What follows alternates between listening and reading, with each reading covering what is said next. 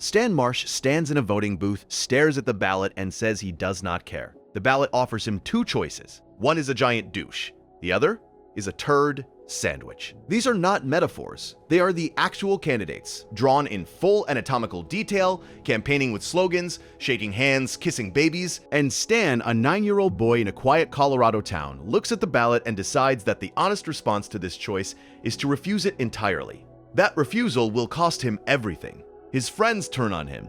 His town banishes him. A celebrity threatens to kill him. And the election, when it finally ends, produces a result so lopsided that his participation would not have changed a single thing. The giant douche wins 1,410 votes to 36.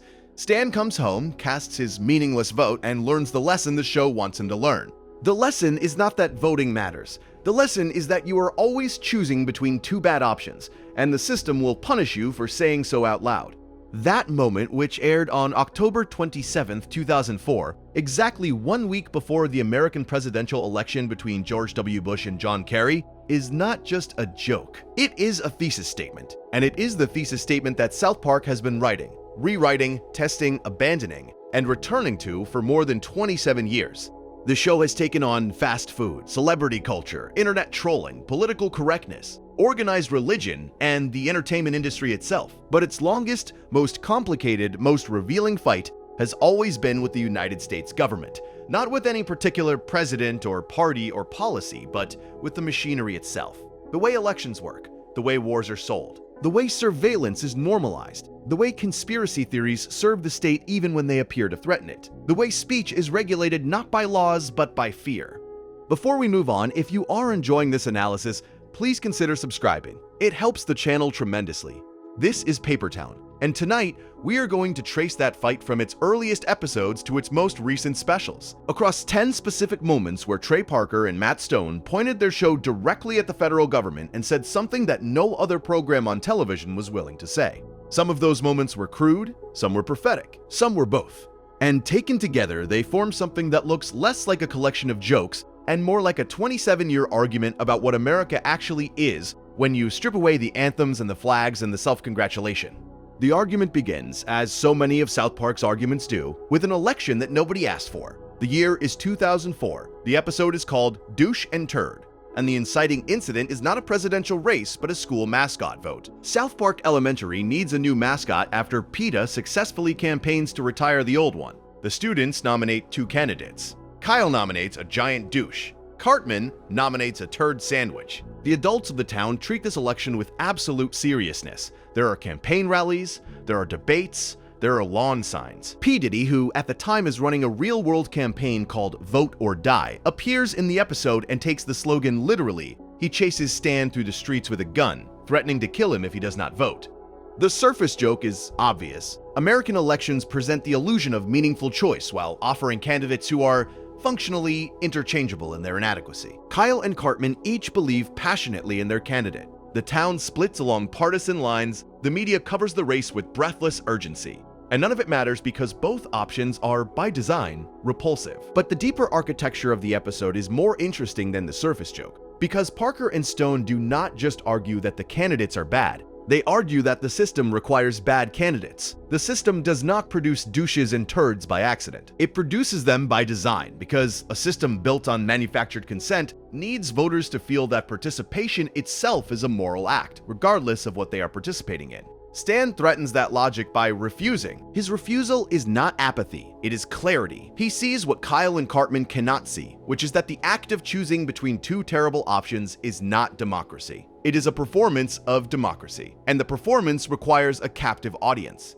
The episode resolves with Stan returning from exile and casting his vote. He votes for the turd sandwich. The giant douche wins in a landslide. Stan turns to Kyle and says that he learned something. He learned that every election is a choice between a douche and a turd, and you should still vote anyway.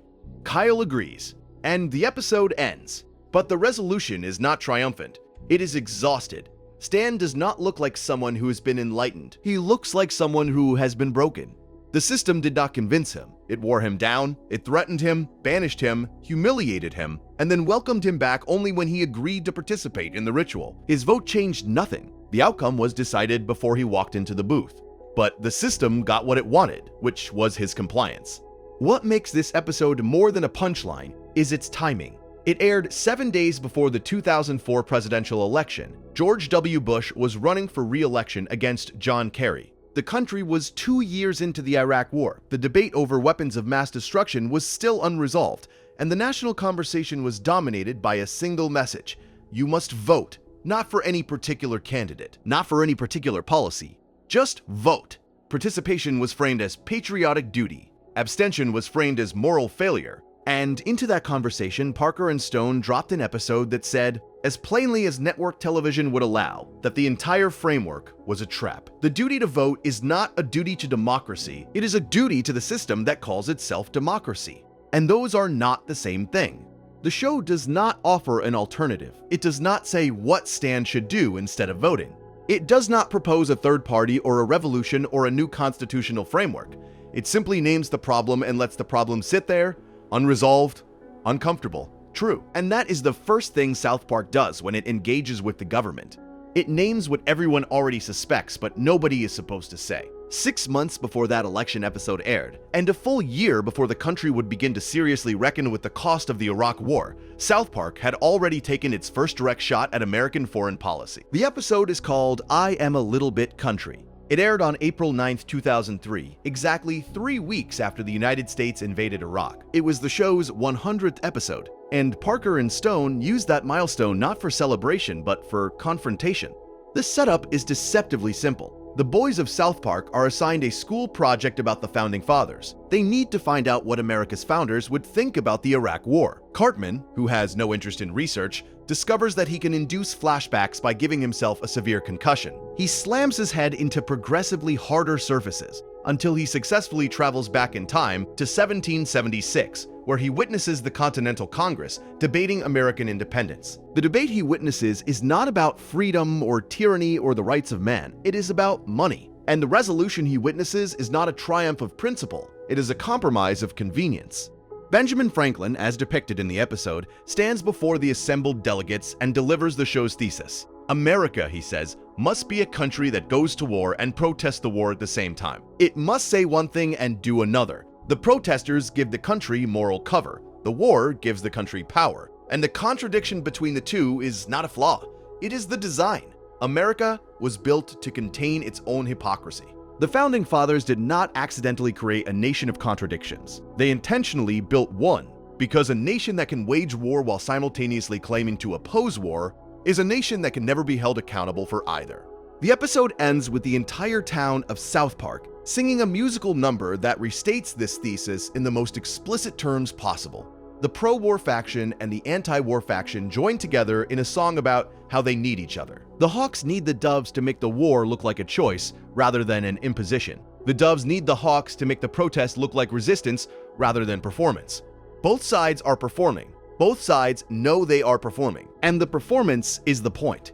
Parker and Stone wrote this episode in the immediate aftermath of the Iraq invasion. The country was still debating whether the war was justified. Weapons of mass destruction had not yet been conclusively disproven. The anti-war movement was growing but had not yet reached mainstream acceptance. And into that moment, the show argued that the debate itself was a distraction. The war was going to happen regardless. The protests were going to happen regardless. And the relationship between the two was not adversarial. It was symbiotic. America needs to go to war. America also needs to feel bad about going to war. And the system that produces both the war and the guilt is functioning exactly as intended.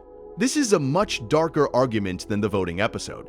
Douche and Turd says that elections do not offer real choices. I Am a Little Bit Country says that the appearance of choice is itself a weapon. The system does not just fail to represent the will of the people, it uses the will of the people as camouflage. Your outrage is not a threat to the system. Your outrage is a feature of the system. The Founding Fathers planned for it. They built it into the architecture. And every time you march or vote or argue or dissent, you are doing exactly what the system was designed to make you do. The episode aired to significant controversy. Critics accused Parker and Stone of false equivalence, of equating support for the war with opposition to it. But the show was not making an argument about moral equivalence. It was making an argument about structural function. The question was not whether the war was right or wrong. The question was whether the debate about whether the war was right or wrong was itself a mechanism of control. And the show's answer, delivered through a cartoon Benjamin Franklin in a powdered wig, was yes. 3 years later, South Park turned its attention to the event that had reshaped American government more than any other in the 21st century. The episode is called Mystery of the Urinal Deuce. It aired on October 11th, 2006, 5 years after the September 11th attacks, and it is, on its surface, about conspiracy theories. But underneath the conspiracy theories, it is about something much more unsettling. It is about what the government gains when its citizens believe it is capable of anything. The episode begins with a mystery. Someone has defecated in a urinal at South Park Elementary. The school treats it as a crime. An investigation is launched, and Kyle, in a seemingly unrelated subplot, begins to argue that the United States government was responsible for the September 11 attacks. He presents evidence, he cites timelines, he references the controlled demolition theory, the Pentagon missile theory, the insider trading theory. He is, in other words, doing exactly what millions of real Americans were doing in 2006, which is looking at the official account of September 11 and deciding that it does not add up. The episode then does something unexpected. It takes Kyle to Washington, where he confronts President George W. Bush directly. Bush and his staff attempt to convince Kyle that the government did not orchestrate the attacks. They fail. Kyle is unmoved, and so Bush, in a moment of apparent defeat, changes his approach entirely. He does not try harder to deny the conspiracy. He admits to it. He tells Kyle that yes, the government was behind September 11th. He presents evidence. He shows Kyle classified documents. And Kyle, now armed with the truth, prepares to reveal it to the world. But then the twist arrives. Bush's confession is itself a conspiracy. The government did not actually orchestrate September 11th. But the government is perfectly happy to let people think it did, because a government that people believe is capable of orchestrating the largest terrorist attack in history is a government that people fear. And a government that people fear is a government that people obey. The conspiracy theory does not threaten the state. The conspiracy theory serves the state. It transforms a government that failed to prevent an attack into a government that is so powerful it could have caused one. The conspiracy theory is, in the language of the episode, the best PR the government has ever had.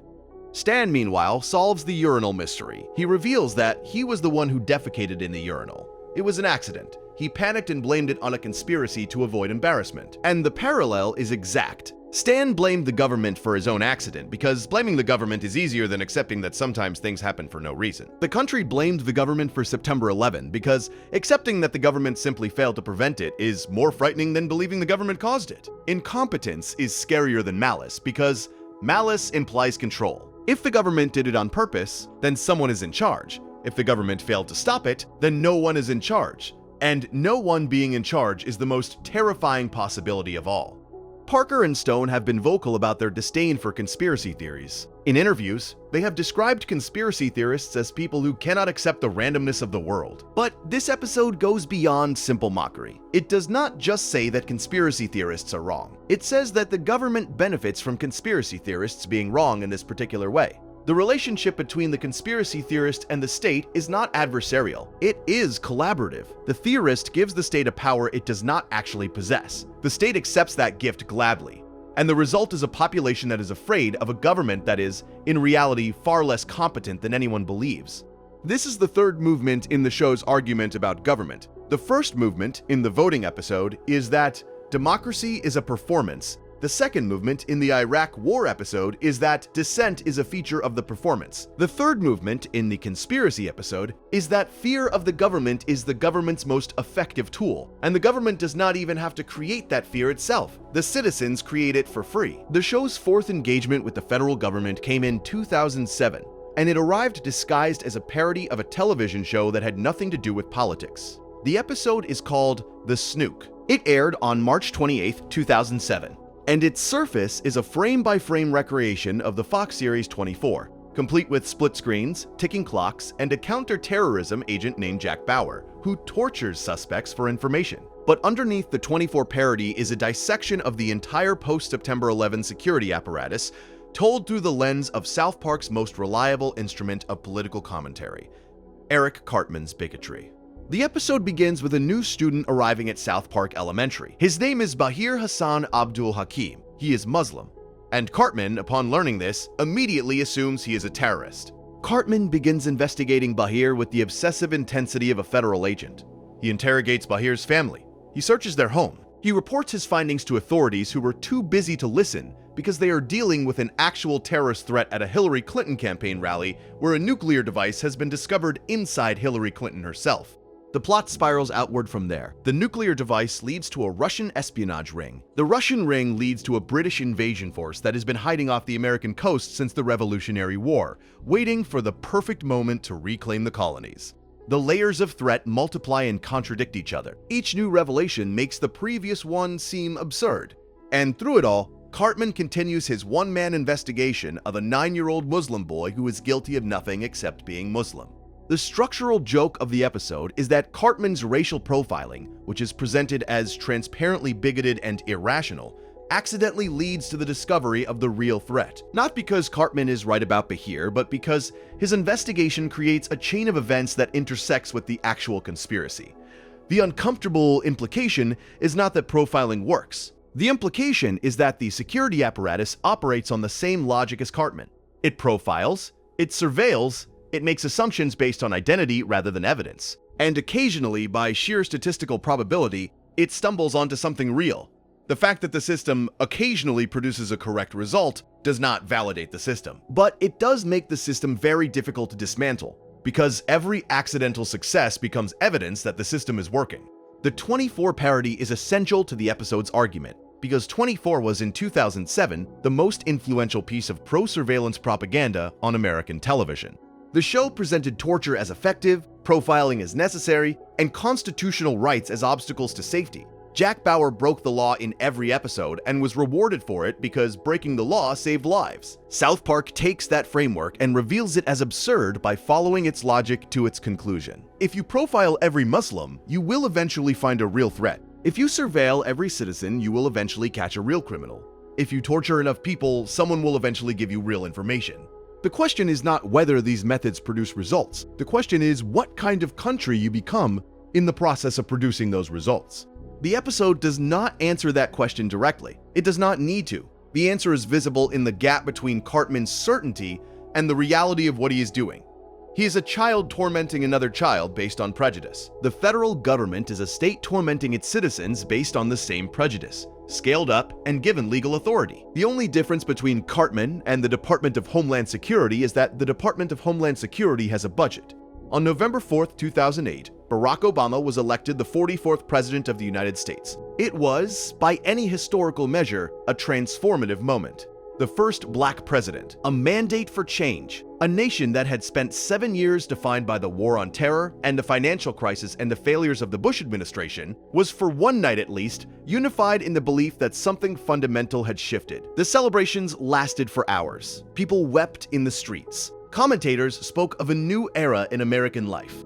On November 5, 2008, less than 24 hours later, South Park aired an episode called About Last Night. It had been written, animated, and produced in a single day. The animation was imprecise. Some of the dialogue did not quite land. But the episode existed, which was itself a kind of statement. While the rest of the country was still processing what had happened, South Park had already decided what it meant. The episode splits South Park into two factions. Obama supporters celebrate in the streets, flipping cars, looting stores, and declaring that all problems are now solved. McCain supporters barricade their homes, stockpile weapons, and prepare for the apocalypse. Randy Marsh parades through town screaming that he no longer has to pay taxes.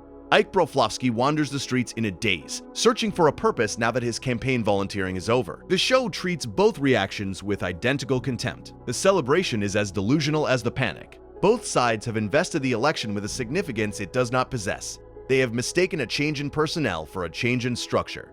But the episode's real argument is embedded in its central plot. Obama and McCain, it turns out, are not rivals, they are partners. The entire election has been an elaborate heist modeled explicitly on the film Ocean's 11. Obama's victory speech is a cover for a simultaneous robbery of the Hope Diamond from the Smithsonian. McCain's concession speech is timed to coordinate with the break-in. Sarah Palin is not the folksy hockey mom she appears to be. She is a sophisticated British operative speaking in an elegant accent, coordinating logistics. Michelle Obama is a hacker, disabling security systems from a mobile command center. The election is not a democratic process. It is a magic trick. The candidates wave their hands in front of the audience while the real action happens behind the curtain.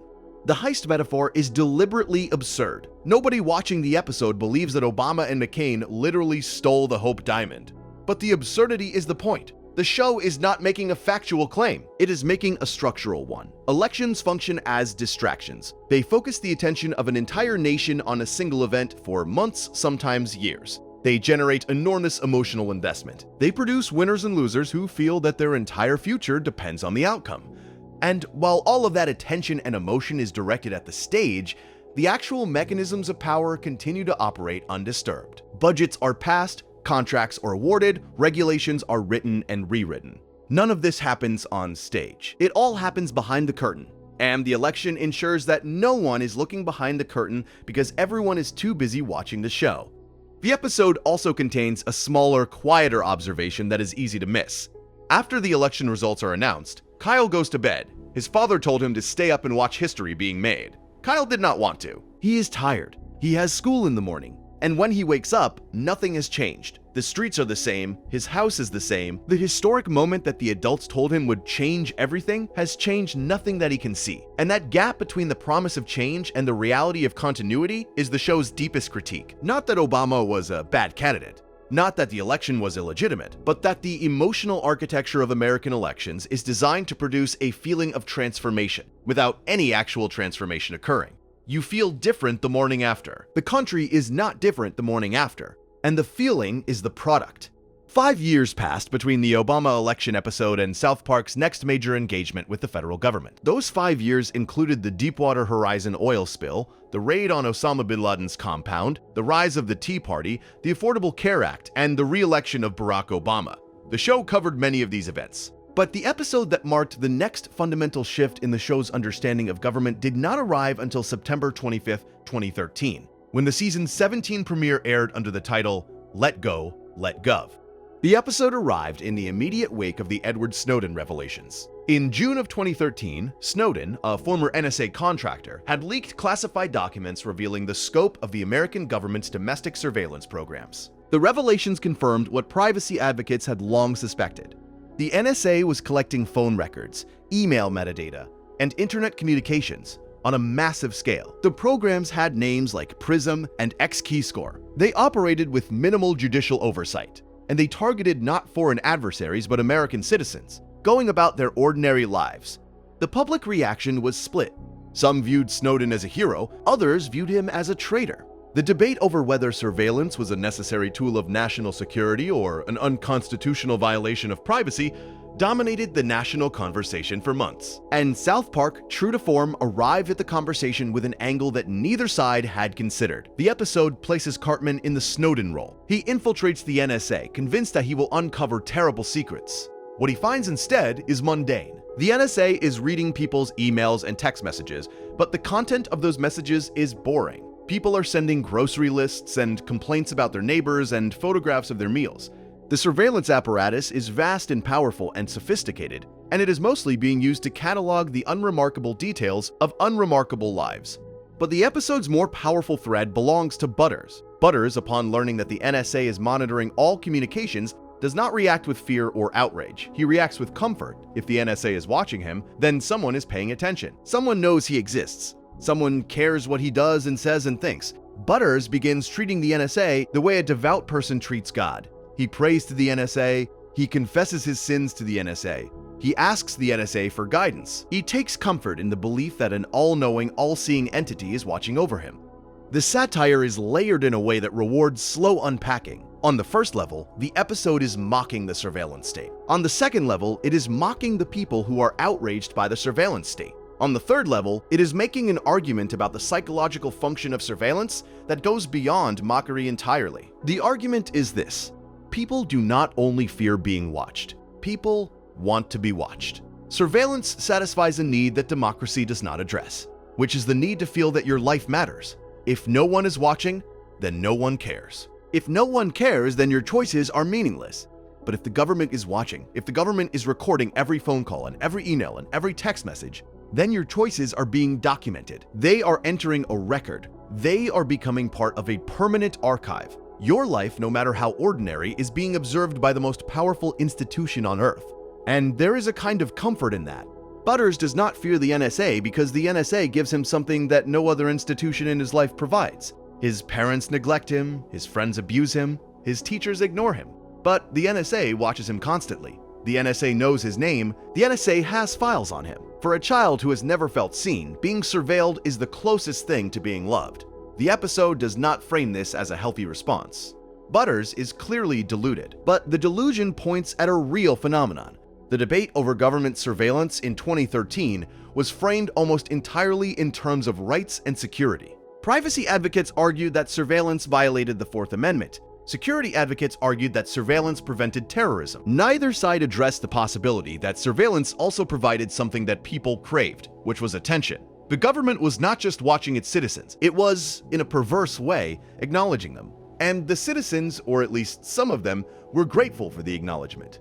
This is the fifth movement in the show's argument about government. The first is that democracy is a performance. The second is that dissent is part of the performance. The third is that fear of the government serves the government. The fourth is that elections are distractions. The fifth is that surveillance is not just a tool of control, it is a tool of connection. The government watches you, and in watching you, it makes you real. The loneliness of modern life is so profound that even the cold, mechanical attention of a surveillance algorithm feels like intimacy. 2 years after the surveillance episode, South Park did something that would define the show for the next 4 seasons and fundamentally alter its relationship with American politics. On September 23, 2015, the season 19 premiere aired an episode called Where My Country Gone. And in that episode, the show created a character who would become both its most ambitious satire and its most inescapable trap. The episode begins with a crisis. Canadian immigrants are flooding into South Park. They are everywhere, with their flapping heads and beady eyes, taking jobs and changing the culture of the town. Mr. Garrison, the boy's perpetually unhinged teacher, decides to run for president on a single platform, building a wall to keep the Canadians out. His campaign slogan is vulgar beyond description. His policy proposals are incoherent. His appeal to voters is based entirely on rage and nostalgia, and the promise that he will hurt the people they blame for their problems. The parallel to Donald Trump's presidential campaign, which had launched 3 months earlier in June of 2015, was unmistakable. Trump had announced his candidacy with a speech about Mexican immigrants that used language strikingly similar to Garrison's rhetoric about Canadians. He had proposed building a wall. He had promised to restore a lost version of America. And he had done all of this with a vulgarity and an aggression that the political establishment insisted would disqualify him. Parker and Stone saw the parallel and leaned into it. Garrison became their Trump surrogate, a character who says the things that politicians are not supposed to say and gains power precisely because he says them. But the episode contains a second, more subtle observation. In the episode, Canada has already elected its own version of Trump. The Canadian president is a boorish, orange-haired demagogue who rose to power because Canadian voters treated his candidacy as a joke. They voted for him ironically. They thought it was funny. They let the joke go on too long, and by the time they realized it was not a joke, it was too late. The Canadians, unable to live under his rule, had fled south to the United States. This was in October of 2015, a prediction. Trump had not yet won a single primary. Most political analysts still considered his candidacy a sideshow. The Republican establishment was confident that the joke would end and a serious candidate would emerge. And South Park was saying with remarkable clarity that this is exactly how demagogues win. They win because the people who should stop them are too busy laughing to act. They win because irony is not a defense against sincerity. They win because the system that is designed to filter out unqualified candidates cannot filter out a candidate who turns the filter itself into a punchline. Garrison went on to win the presidency in the show. He served as the Trump stand-in through seasons 2021 and 22. He launched a nuclear strike on Canada. He enacted policies of deliberate cruelty. He embarrassed the nation on the world stage. And Parker and Stone found themselves trapped by their own creation. In interviews, they expressed regret about tying the show so closely to a real political figure. The problem was not that the satire was inaccurate. The problem was that reality kept outpacing the satire. Every absurd thing Garrison did on the show, Trump did something equally absurd in real life. The show could not exaggerate because reality had already exaggerated past the point of parody. This created a paradox that the show never fully resolved. South Park's power has always come from its willingness to say the thing that no one else will say. But when the President of the United States is already saying the most outrageous things imaginable, the satirist's role is undermined. You cannot shock an audience that has been desensitized by the very phenomenon you are trying to satirize. Parker and Stone recognized this problem. In the later seasons of the Garrison presidency, the show pulled back from direct Trump commentary. Garrison's presidency became background noise, mentioned but not central. The show was admitting, through its own structure, that satire had limits, and one of those limits was a government so absurd that no cartoon could make it more absurd. The distance between where the show was in 2015, when it predicted Trump's rise with eerie accuracy, and where it was in 2018, when it had largely given up on satirizing Trump directly, tells a story about the relationship between comedy and power. Comedy works by exaggeration. It takes the real and inflates it until the inflation reveals something true. But when the real is already inflated, when the government is already a cartoon, the comedian has nowhere to go. The satirist needs a gap between how things are and how things present themselves. Trump closed that gap. He was exactly as vulgar and incoherent and aggressive as he appeared. There was no hidden layer to expose. And without a hidden layer, satire becomes redundant. But Parker and Stone found a way back in. They found it not through Trump himself, but through the consequences of Trumpism, which were visible not in the White House, but in the schools and homes and ordinary institutions of American life. The episode that marked this return aired on September 26, 2018. It is called Dead Kids, and it is the quietest, most devastating thing the show has ever produced about the American government. The episode opens with a school shooting at South Park Elementary. Gunfire erupts in the hallways, SWAT teams swarm the building. Students duck under desks, bodies are carried out on stretchers, and then the scene cuts to a classroom where the teacher continues the lesson. The students take their seats, the metal detectors at the entrance beep as the next class files in. An armed guard patrols the hallway, and nobody reacts. The shooting is not an emergency, it is a Tuesday. The episode follows Sharon Marsh as she moves through a world in which she is the only person who finds school shootings disturbing.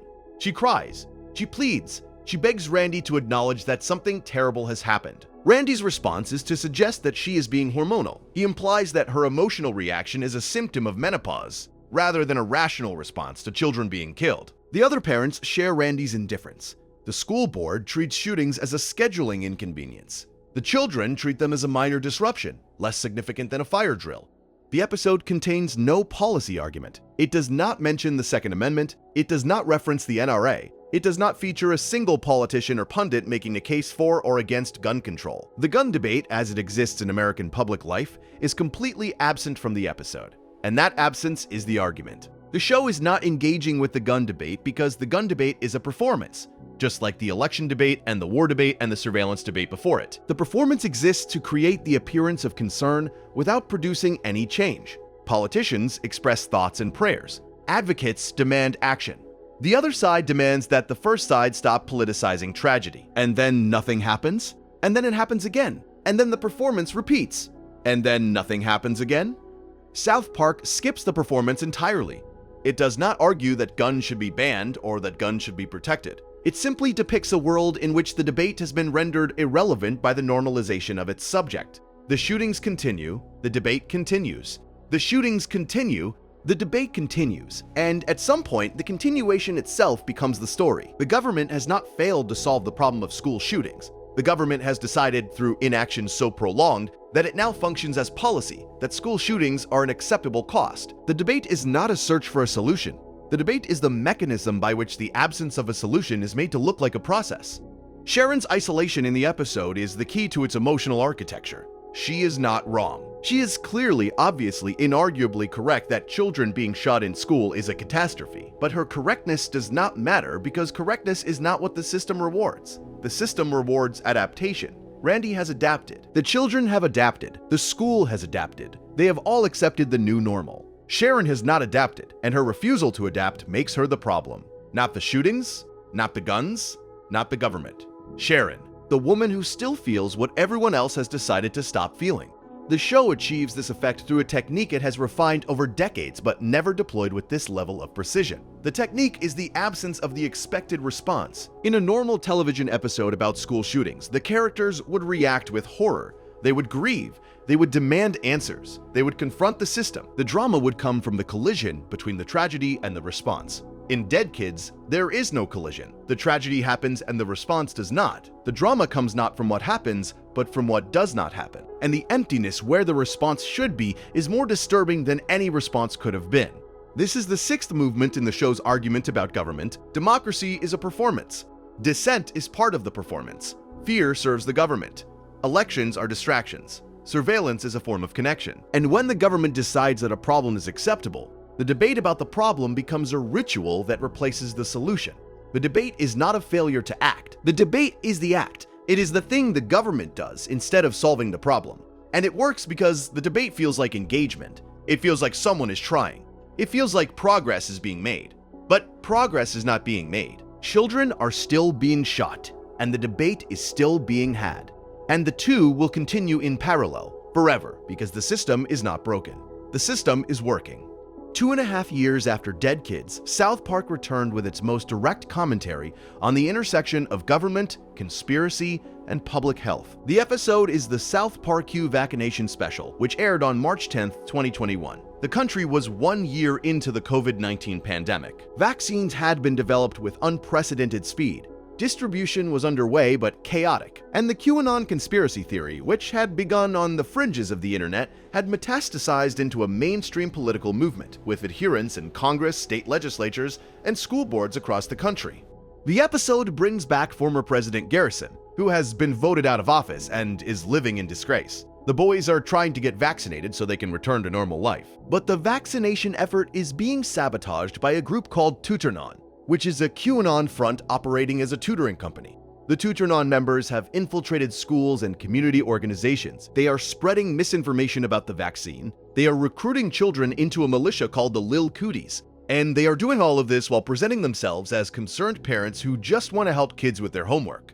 The episode's central insight is about the migration of conspiracy theories from the internet to institutions. QAnon did not remain an online phenomenon. It moved into the physical world. It found homes in churches and parent-teacher organizations and local government. It dressed itself in the language of child protection and community service. And it used those disguises to spread ideas that were fundamentally hostile to the institutions it had infiltrated. The Tutornon members in the episode are not lurking in dark corners of the internet. They are standing in classrooms, they are handing out worksheets, they are smiling at parents, and they are teaching children that the government is controlled by a cabal of satanic pedophiles.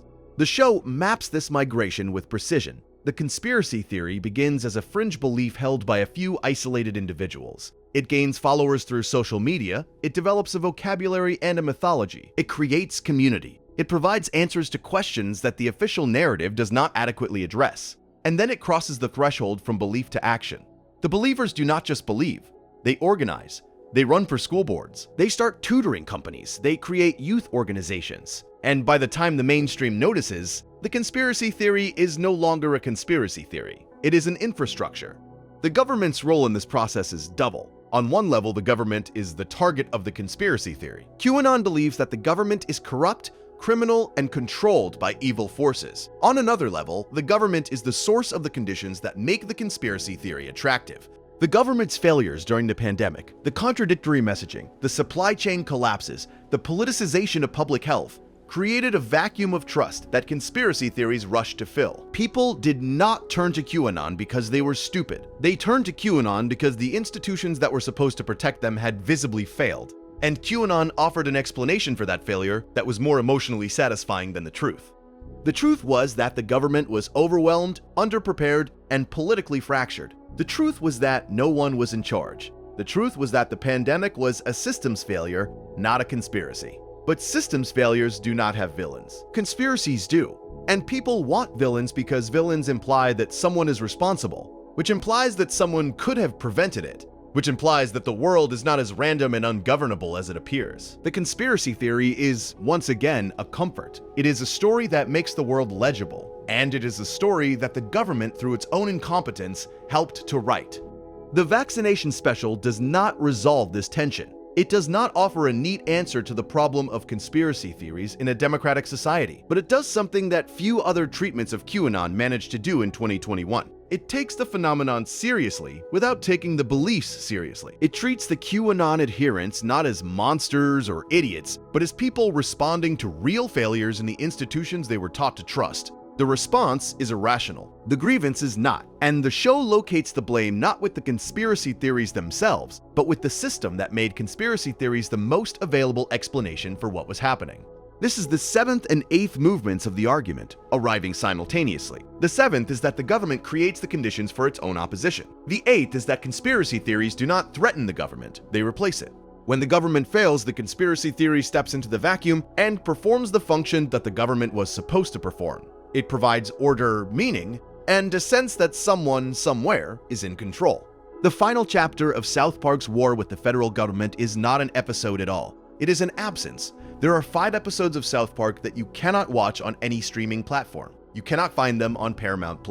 You cannot find them on HBO Max, which previously hosted the show's library. You cannot purchase them on iTunes or Amazon or Google Play. They exist, but they have been removed from circulation so completely that watching them requires finding an unofficial source, which the show's creators have never endorsed and the show's distributors have actively suppressed.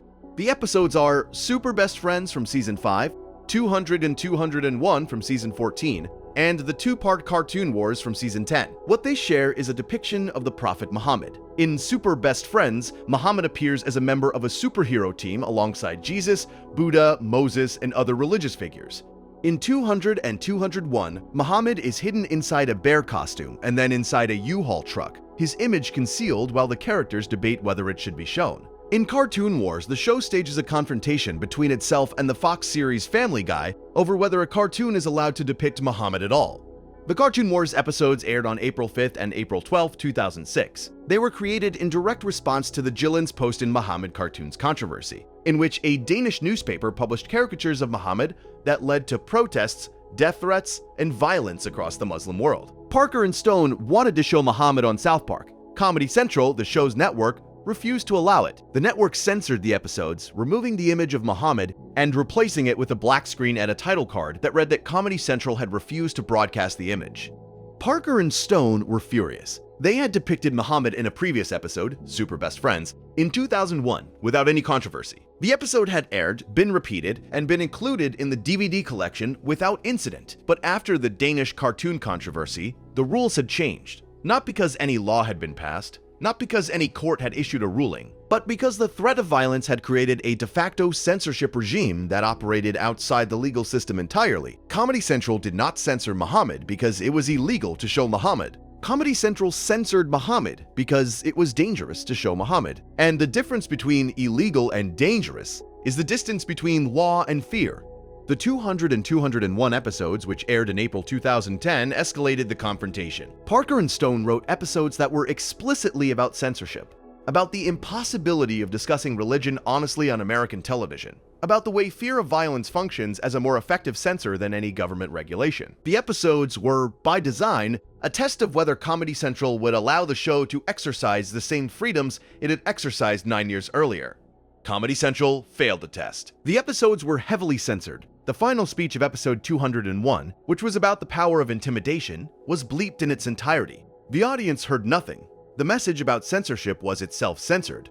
Following the airing of 200 and 201, a group called Revolution Muslim posted a warning on its website. The warning included the addresses of South Park's production offices and a statement that Parker and Stone would likely end up like Theo van Gogh, the Dutch filmmaker who was murdered in 2004 for making a film critical of Islam. The warning was not technically a direct threat. It was framed as a prediction. But the distinction between a prediction and a threat, when accompanied by an address, is a distinction without meaning.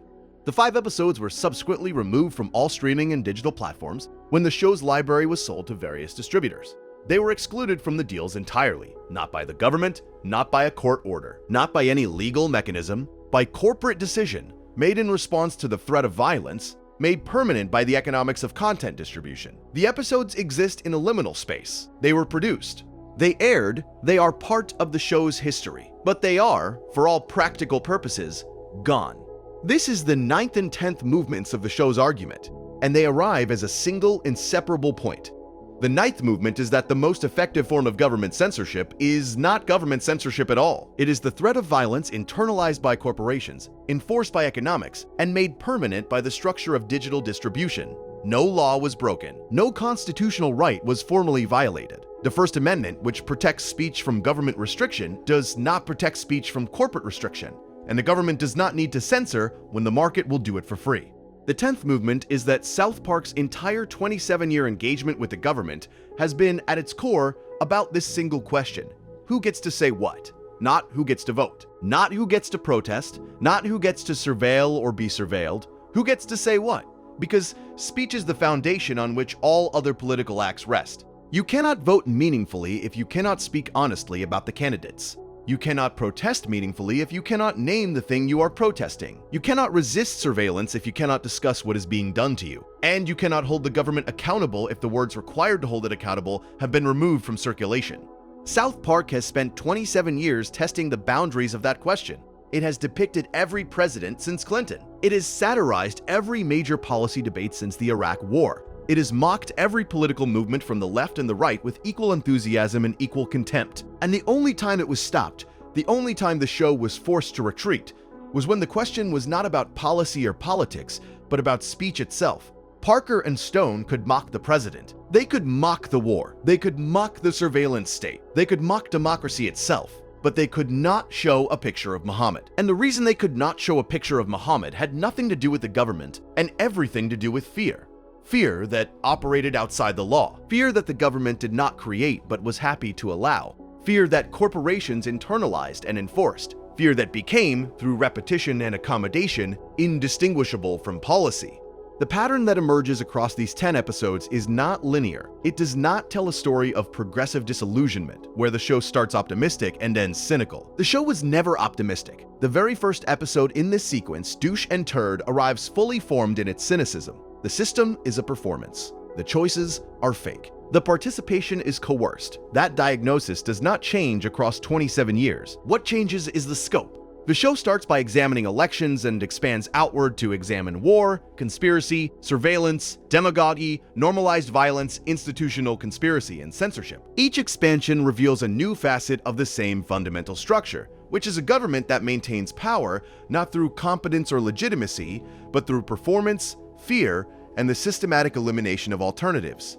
And the thing that ties all of these episodes together, the thread that runs from Stan in the voting booth to the 5 banned episodes, is the show's insistence that the most important freedom is the freedom to name what is happening. Not the freedom to vote, not the freedom to protest, not the freedom to bear arms or practice religion or assemble peaceably. The freedom to say, clearly without euphemism or evasion, that the system is not working, that the emperor has no clothes, that the election is a choice between a douche and a turd, that the war is a performance, that the conspiracy theory serves the state, that the surveillance is welcomed, that the shooting is normal, that the censorship is real.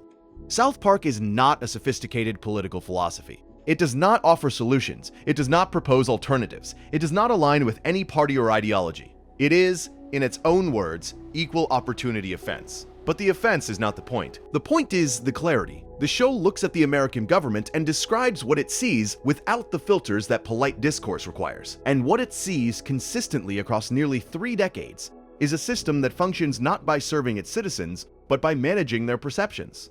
The government does not need to be good. It needs to look like it is trying to be good. It does not need to protect its citizens. It needs to create the appearance of protection. It does not need to represent the will of the people. It needs to perform the representation of the will of the people. And the performance, maintained long enough, becomes indistinguishable from the real thing.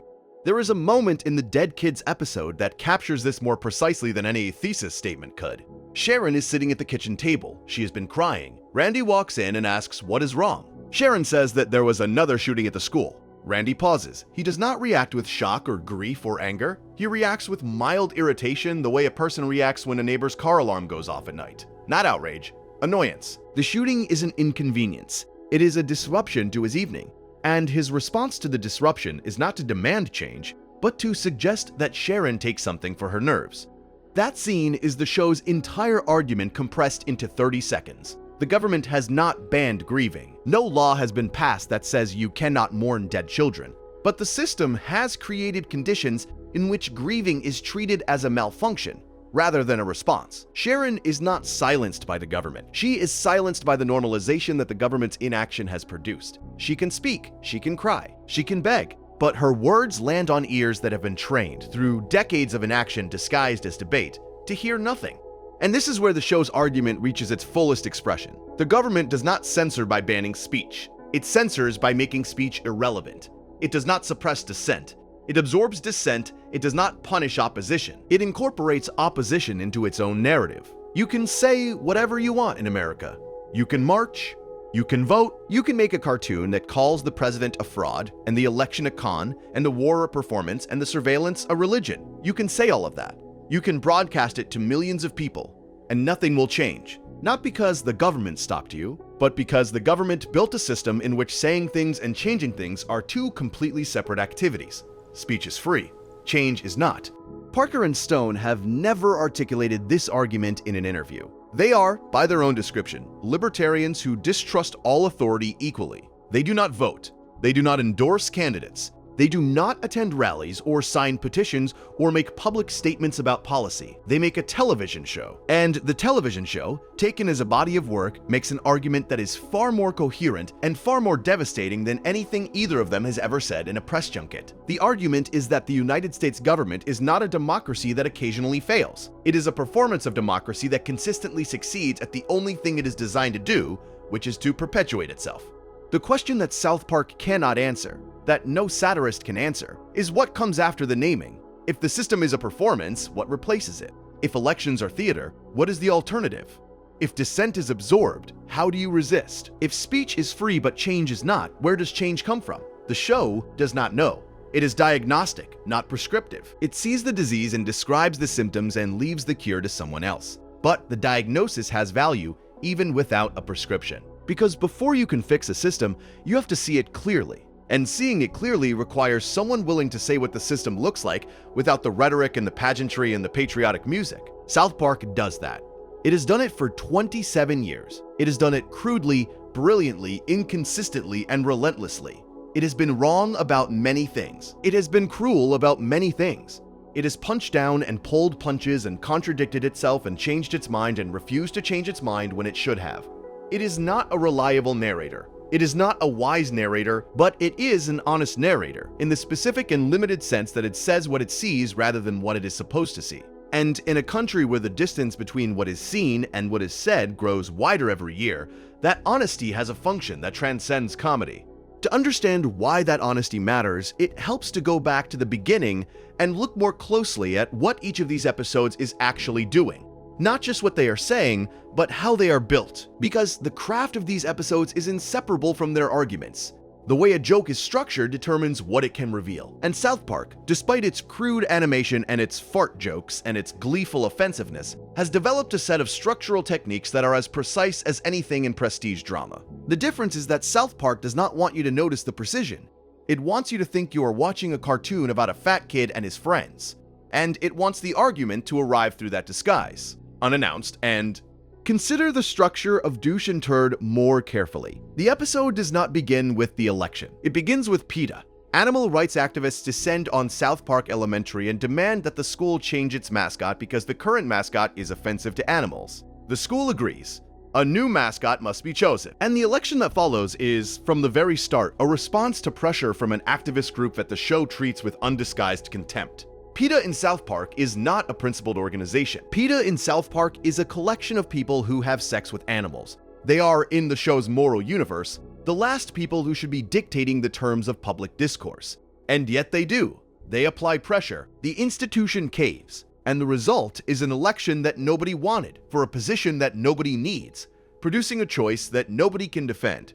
This is not an accident of plotting. It is a structural argument about how democratic processes are initiated. The election does not arise from the will of the students. It arises from an external pressure that the institution lacks the courage to resist. The students are not choosing a mascot because they want a mascot. They are choosing a mascot because someone told them they had to. And the candidates they produce, a giant douche and a turd sandwich, are not failures of imagination. They are accurate reflections of a process that was corrupt from its inception. You cannot get a good result from a bad process. And the process was bad before the first vote was cast.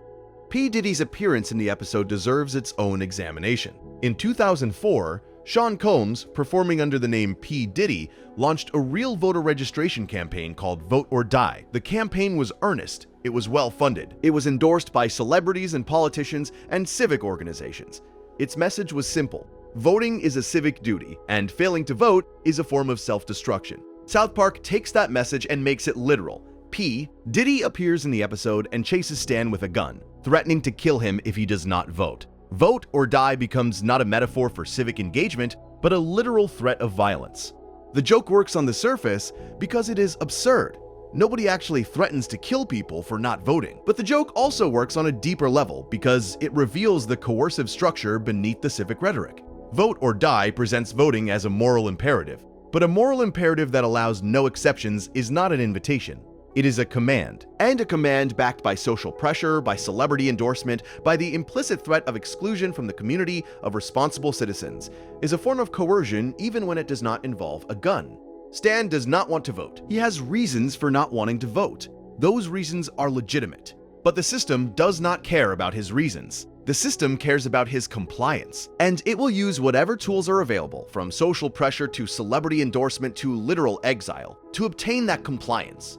The episode ends with Stan casting his vote, but the final shot is the one that matters. Stan stands alone in the voting booth, having been threatened, banished, hunted, and rehabilitated. He has returned not because he was persuaded, but because he was exhausted. The system won not through argument, but through attrition. And the expression on his face, which is blank, which is empty of everything except a weary acceptance, is the expression of every voter who has ever walked into a polling station knowing that neither candidate represents them and cast a vote anyway because the alternative was worse.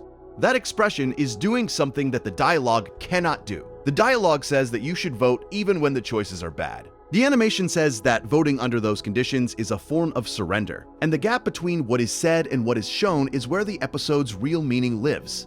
South Park frequently operates in this gap. The characters say one thing, the image shows another, and the viewer is left to reconcile the contradiction, which is itself the point. The contradiction is not a failure of storytelling. The contradiction is the story.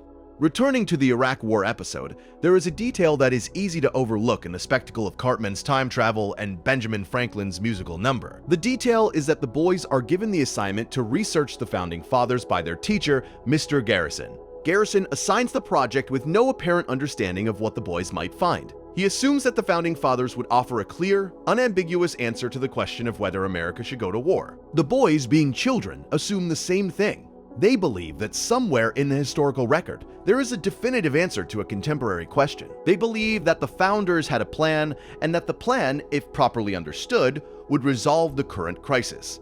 This belief, which the episode treats as naive, is not unique to the characters. It is a foundational element of American political culture.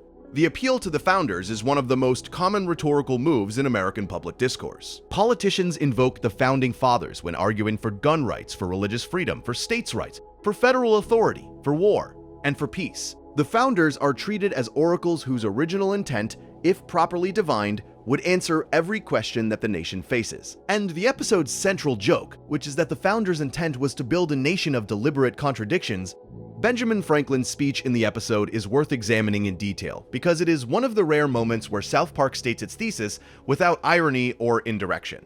Franklin tells the assembled Congress that America cannot be a country that only goes to war. That would make it a tyranny. But America also cannot be a country that only protests war. That would make it weak. America must be a country that does both simultaneously. It must go to war and protest the war at the same time. It must present the war as necessary and the protest as patriotic. It must say one thing and do another. And this duality, this structural hypocrisy, is not a flaw to be corrected. It is the foundation on which the nation is built.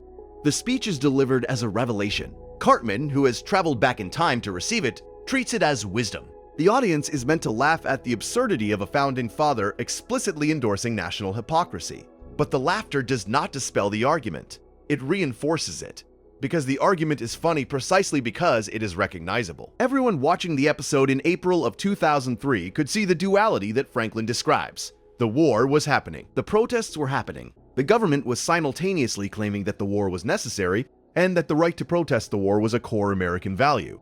Both claims were sincere. Both claims were true. And both claims served the same function, which was to ensure that the war continued while the appearance of democratic deliberation was maintained.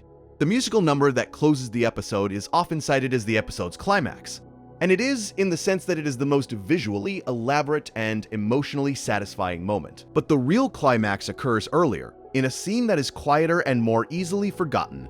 When Cartman returns from 1776, he announces Franklin's solution to the town. The pro-war and anti-war factions, who have been at each other's throats for the entire episode, immediately embrace. They do not compromise. They do not find common ground. They simply accept that their conflict is the point. The war faction needs the peace faction, and the peace faction needs the war faction, and together they form a system that allows America to do whatever it wants, while maintaining the appearance of moral seriousness. The embrace is not healing, it is collusion. And it is the most disturbing moment in the episode because it reveals that the division which dominates American politics is not a bug in the system. It is the system. The left and the right do not disagree about the direction of the country. They disagree performatively in a way that ensures the country continues in the direction it was always going. The disagreement is the mechanism by which the direction is maintained. Without the disagreement, the direction would be visible. With the disagreement, the direction is obscured by the noise of the argument. And both sides benefit from the noise, because the noise is what gives them purpose. Moving deeper into the conspiracy episode, there is a structural choice that reveals Parker and Stone's understanding of how conspiracy theories function psychologically. The episode has two parallel plots. The first is Kyle's investigation of the September 11th conspiracy. The second is the mystery of who defecated in the school urinal. These plots are not connected by causation. They are connected by analogy, and the analogy is precise in ways that reward close attention. Kyle investigates the September 11 conspiracy with total sincerity. He is not joking. He is not performing. He genuinely believes that the government orchestrated the attacks, and he genuinely believes that proving this will change everything. His investigation is meticulous. He gathers evidence, he constructs timelines, he identifies inconsistencies in the official narrative. He does everything that a good investigator is supposed to do. And the investigation leads him to the truth, which is that the government is happy to take credit for an attack it did not commit, because the credit makes it look powerful. Stan, meanwhile, is hiding the truth about the urinal. He knows who did it. He did it.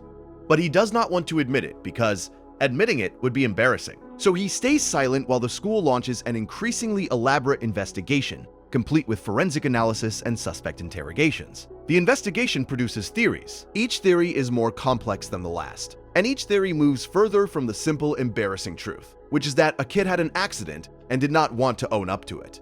The parallel is devastating because it applies the same logic to September 11. The conspiracy theories are elaborate. They involve controlled demolitions and insider trading and government operatives and suppressed evidence. They are, in their own way, beautiful constructions. They make the world legible. They assign blame. They create narratives of cause and effect that are satisfying in their completeness. And they are all, according to the episode, less likely than the simple, embarrassing truth, which is that the government failed, not because it was all-powerful and chose to let the attacks happen, but because it was incompetent and could not stop them. The conspiracy theory replaces incompetence with omnipotence, and in doing so, it performs a service that the government cannot perform for itself. It makes the government look better than it is. The scene in which Bush explains this to Kyle is one of the most remarkable in the show's history. Bush does not deny the conspiracy theory by arguing that the government is too virtuous to do such a thing. He denies it by arguing that the government is too incompetent to do such a thing. We could not have pulled off September 11, he says. We can barely run FEMA. The denial is not a defense of the government's character. It is an admission of the government's limitations, and the admission, paradoxically, is more frightening than the conspiracy theory. Because the conspiracy theory, for all its horror, at least implies that someone is in control. The admission implies that no one is in control. And a world in which no one is in control is a world in which anything can happen at any time for no reason, with no warning. That is the world we actually live in. And the conspiracy theory exists to protect us from seeing it. The Snook episode deserves further consideration for what it reveals about the show's understanding of the relationship between bigotry and the security state. Cartman's racial profiling of Bahir is presented throughout the episode as wrong. It is factually wrong because Bahir is not a terrorist. It is morally wrong because targeting a child based on his religion is indefensible. It is logically wrong because Cartman's methodology is based on prejudice rather than evidence. The episode makes all of these points clearly and repeatedly. Cartman is the villain of his own subplot. He is cruel, ignorant, and relentless in his persecution of an innocent child.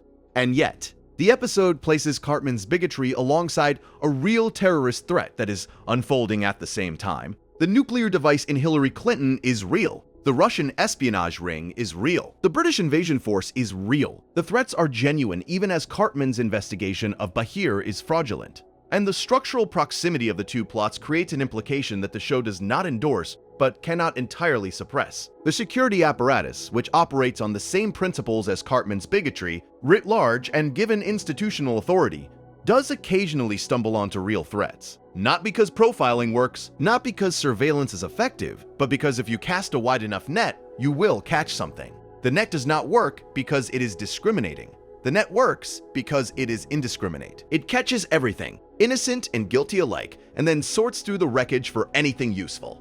The 24 parody is essential here because 24 provided the cultural permission structure for the real-world security apparatus. Before 24, the idea that a government agent would torture a suspect for information was in mainstream American culture morally unacceptable.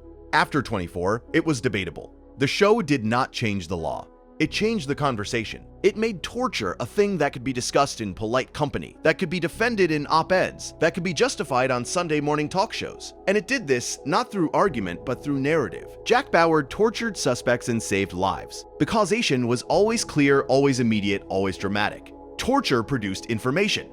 Information prevented attacks. Attacks killed innocents. Therefore, not torturing was tantamount to letting innocents die. The logic was airtight within the world of the show. And the world of the show bled into the real world with remarkable speed.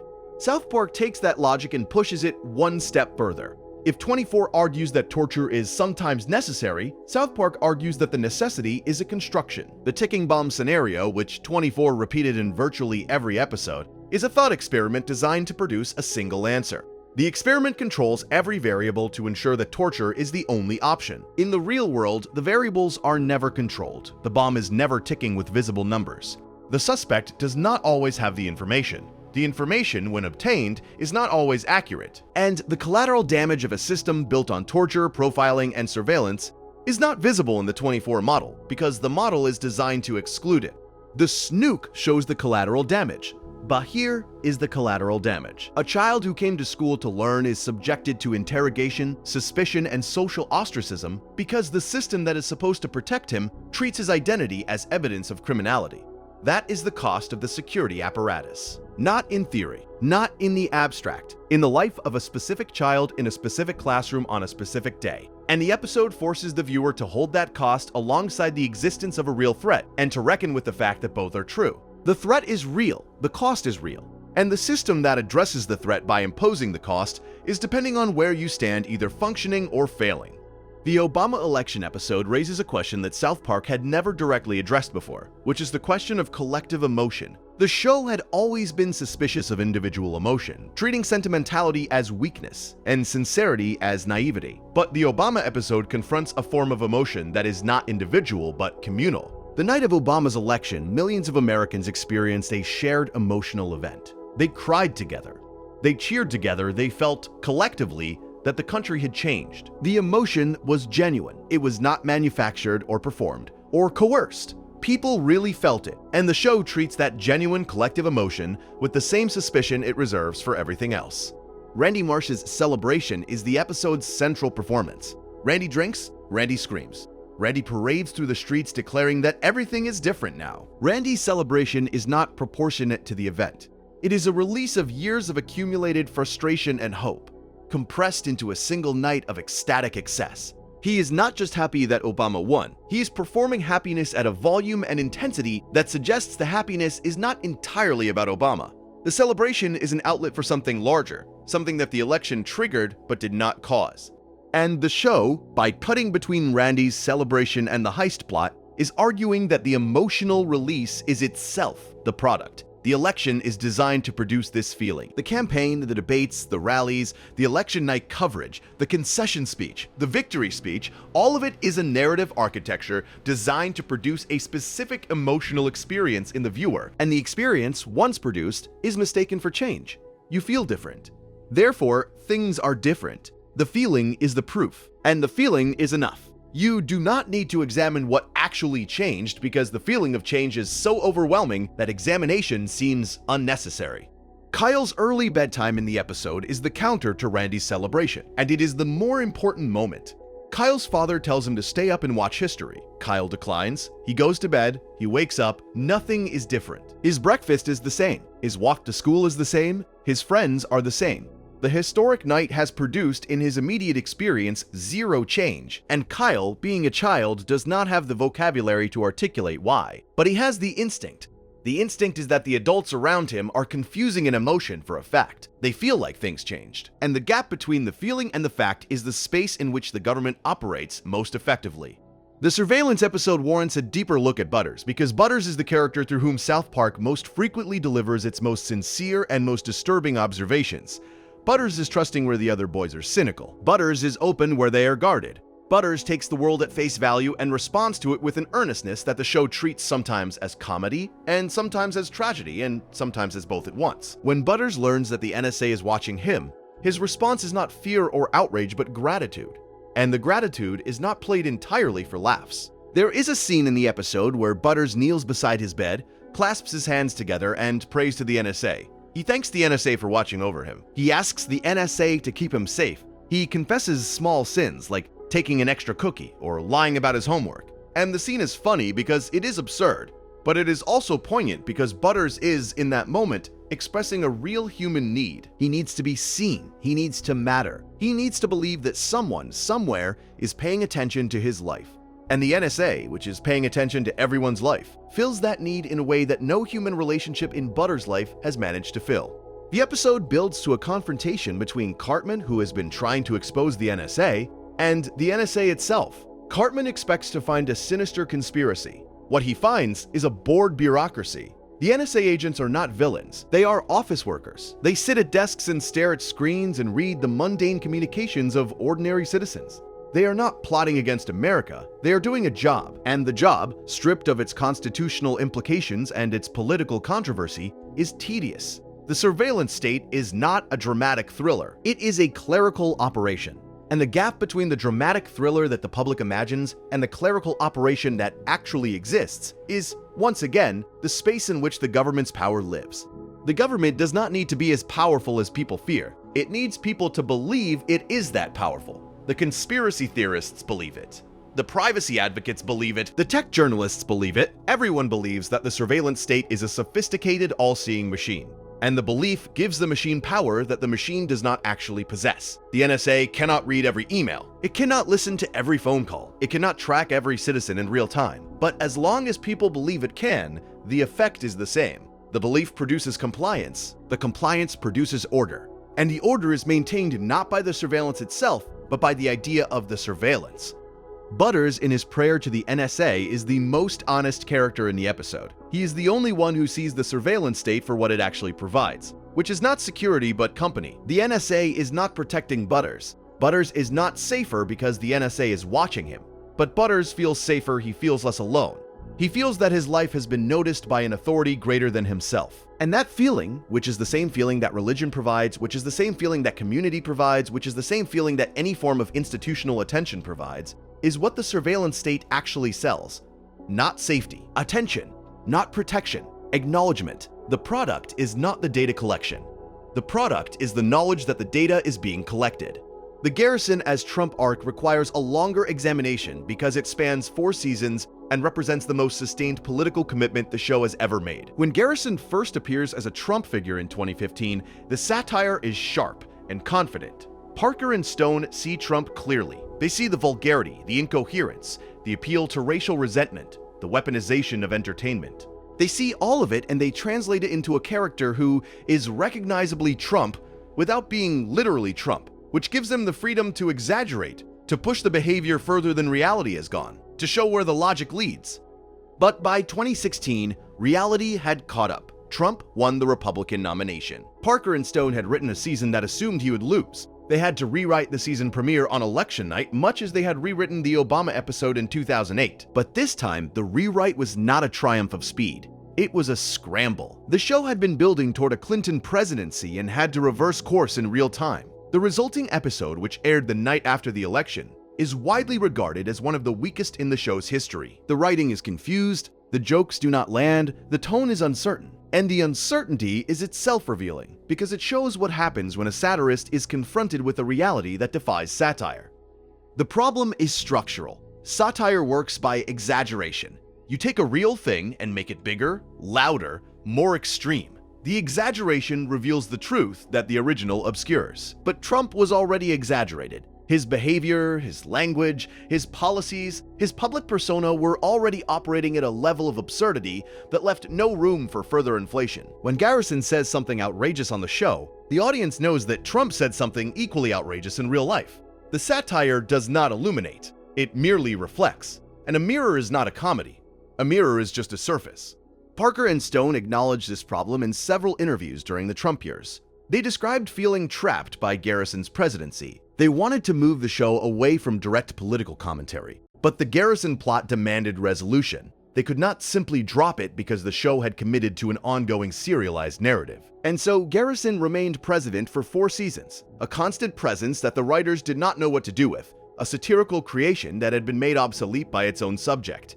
The lesson of the Garrison arc is not about South Park specifically. It is about the limits of satire as a form of political engagement. Satire assumes a gap between appearance and reality. The satirist reveals the gap. The audience laughs because they recognize the gap. The laughter creates a shared understanding that the gap exists. And the shared understanding is, in theory, the first step toward closing the gap. But Trump closed the gap from the other direction. He eliminated the distance between his public persona and his actual behavior. There was no hidden layer. There was no secret competence masked by buffoonery. There was no method beneath the madness. The madness was the method. And without a gap to exploit, the satirist is left with nothing to do except describe what everyone can already see. This is why the show's pivot in Dead Kids is so significant. Instead of satirizing Trump, the show satirized the world that Trump inhabited, and that had in many ways produced him. The world in which extraordinary things happen and nobody reacts. The world in which the extraordinary becomes ordinary through repetition. The world in which the appropriate response to catastrophe is not action, but accommodation. Trump did not invent that world. He emerged from it. And by turning its attention from the president to the culture that produced the president, South Park found its footing again. The Dead Kids episode is structured as a domestic comedy. The A plot is Sharon and Randy's marriage. The B plot is the school shooting. And the structural joke is that the show treats these two plots as if the domestic comedy is the A plot and the school shooting is the B plot. The shooting is background. It happens off-screen in the margins during transitions. The camera does not linger on it. The music does not swell. The characters do not pause to acknowledge it. It is there, and then it is over, and then the show returns to the question of whether Sharon's emotional state is a product of menopause or a rational response to reality.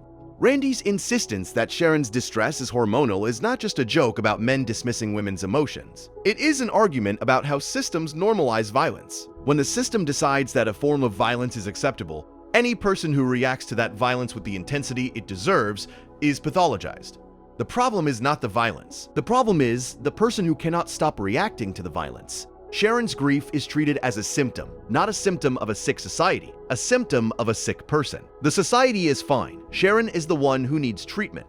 This is a technique that the show has used before, but never with this level of formal precision. The technique is to make the viewer feel the normalization in their own body. When the first shooting happens in the episode, the viewer is startled. When the second shooting happens, the viewer is less startled. When the third shooting happens, the viewer barely notices. The viewer has been normalized along with the characters. The viewer has been acclimated, and the viewer's own acclimation is the episode's most powerful argument. You did not just watch a cartoon about people who do not care about school shootings. You became a person who does not care about school shootings for 22 minutes while watching a cartoon. The normalization happened to you in real time on your couch. And if it can happen in 22 minutes of television, imagine what 20 years of real school shootings can do. The formal achievement of Dead Kids cannot be overstated. Most art about gun violence in America attempts to shock the audience into feeling. It shows the blood. It shows the grief. It shows the empty chairs and the memorial candles and the teddy bears piled against chain link fences. It tries to break through the numbness by escalating the emotional volume. South Park does the opposite. It turns the volume down. It treats the shooting with the same emotional weight that it treats a parking ticket. And the absence of emotional weight is, paradoxically, more devastating than any amount of grief could be, because the absence forces the viewer to supply the emotion that the show withholds. The viewer knows that a school shooting should be devastating. The characters do not know this, and the gap between what the viewer knows and what the characters know is unbearable. The viewer wants to scream at the screen. The viewer wants to shake Randy and say, "Children are dying," but the viewer also knows that screaming would make them Sharon. And nobody in the episode listens to Sharon. The QAnon episode arrives at a moment when the boundary between conspiracy theory and policy has collapsed entirely. In the earlier conspiracy episode Mystery of the Urinal Deuce, the conspiracy theory was an alternative to reality. It existed alongside the official narrative, in tension with it, offering a competing explanation for the same events. By the time of the vaccination special, the conspiracy theory is no longer an alternative to reality. It is embedded in reality. It has migrated from the internet to the institutions. QAnon members are not anonymous posters on message boards. They are elected officials. They are school board members. They are tutors and coaches and neighbors. The conspiracy theory has put on a suit and gotten a job and shown up to work on time. The Tutornon concept in the episode is brilliant because it captures the mechanism of this migration with surgical precision. The conspiracy theory enters the institution through a service. The QAnon adherents do not storm the school. They volunteer at the school. They offer help. They tutor children. They provide a service that the community needs. And they embed their ideology within the service so seamlessly that rejecting the ideology means rejecting the service. You cannot get the tutoring without the conspiracy theory. You cannot get the help without the misinformation. The two are bundled, and the bundling is the strategy. This mirrors the way that conspiracy theories have actually migrated into American institutions. They do not arrive through force. They arrive through civic participation. People who believe in QAnon run for school boards not to overthrow the system, but to serve on the system. They attend city council meetings, they join parent-teacher organizations, they volunteer at libraries and community centers. They do the unglamorous work of local democracy that most people do not bother to do. And in doing that work, they gain influence, they shape curriculum, they select books, they determine policy. The conspiracy theory does not replace the institution. It inhabits the institution, it wears the institution's clothes, and from the inside, it redirects the institution's purpose. The vaccination subplot of the episode connects the conspiracy theory to the government in a way that extends the show's earlier arguments. The boys want to be vaccinated. The government is distributing the vaccine, but the distribution is chaotic, inequitable, and subject to political manipulation. The people who most need the vaccine are the least likely to get it. The people who least need the vaccine are the most likely to get it. And the QAnon adherents, who do not want anyone to get the vaccine, are able to disrupt the distribution because the distribution system is already so dysfunctional that any additional disruption is indistinguishable from the baseline. This is the show's argument about the relationship between conspiracy theories and government failure made concrete. The conspiracy theory thrives because the government's own systems are failing visibly. You do not need to convince people that the government is lying when the government's own communications are contradictory. You do not need to convince people that the vaccine is dangerous when the government's own distribution system treats the vaccine as a scarce resource that must be rationed through a bureaucratic process so complex that navigating it feels like solving a puzzle.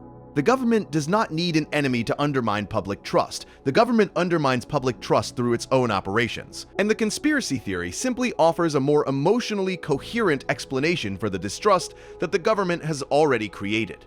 There is also something to be said about the way the vaccination special handles the figure of the former president. Garrison, the Trump surrogate, returns in the special as a disgraced figure. He has been voted out of office, he is living in obscurity, and the town does not want him back. His presence is a reminder of a period they would rather forget. But the systems he put in place, the distrust he amplified, the divisions he exploited, those remain.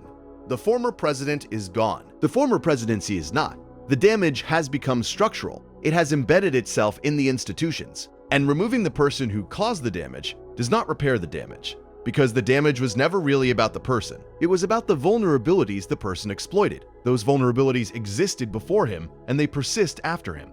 The Lil Cuties, the child militia that the Tutornon organization creates, are the most chilling image in the episode. They are children. They are armed with the certainty that comes from being told simple answers to complex questions. They believe that the adults in their lives are lying to them. They believe that the government is controlled by evil. They believe that they, the children, are the only ones who see the truth. And the irony is that they are partially right. The adults in their lives are lying to them. The government is failing them. The institutions that were supposed to protect them have abandoned them. The conspiracy theory did not create their grievance. The conspiracy theory gave their grievance a narrative. And the narrative, once internalized, is almost impossible to extract, because extracting it would require replacing it with the truth. And the truth, which is that the world is chaotic and no one is fully in charge, and bad things happen for complicated systemic reasons that do not have villains, is a much harder story to believe than the conspiracy theory. The conspiracy theory has characters, the truth has systems, and people do not follow systems. People follow characters.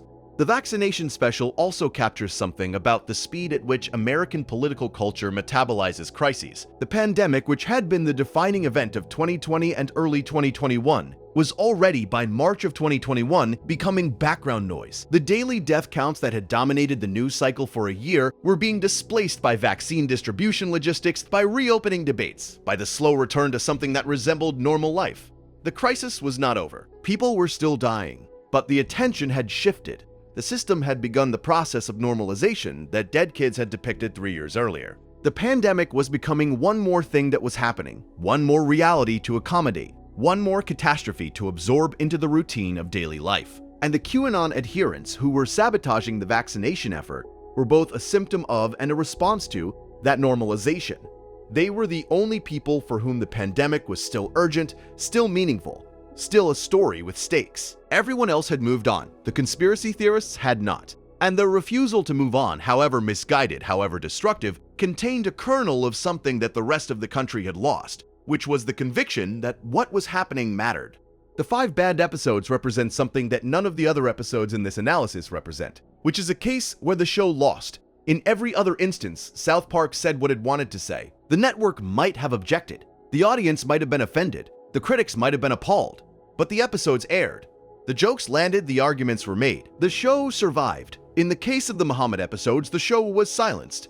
Not by the government, not by the military, not by the courts, by fear transmitted through a corporate hierarchy, encoded in a business decision, made permanent by the architecture of digital distribution. The distinction between government censorship and corporate censorship is one of the most important and least understood distinctions in American public life. The First Amendment protects speech from government restriction. It does not protect speech from corporate restriction. A company can refuse to publish, distribute, or host any speech it chooses, for any reason, at any time. The decision to remove the Muhammad episodes from streaming platforms was not a violation of Parker and Stone's constitutional rights. It was a business decision, and the business decision was made not in response to a legal threat, but in response to a physical threat. The threat of violence, directed at the show's creators and by extension at anyone associated with distributing the show, was sufficient to accomplish what no government regulation had ever accomplished in the show's history. And the government's role in this censorship is precisely the role that South Park has been describing across all of these episodes. The government did not censor the show. The government did not need to censor the show. The government's role was to create a world in which the threat of violence was credible, and the protection against that threat was inadequate, and the corporate calculation that followed was inevitable. The government failed to prevent the conditions that made the censorship possible, and then the government stood aside while the censorship occurred. And then the government continued to invoke the First Amendment as evidence that America values free speech, while 5 episodes of a major television show were erased from the commercial record.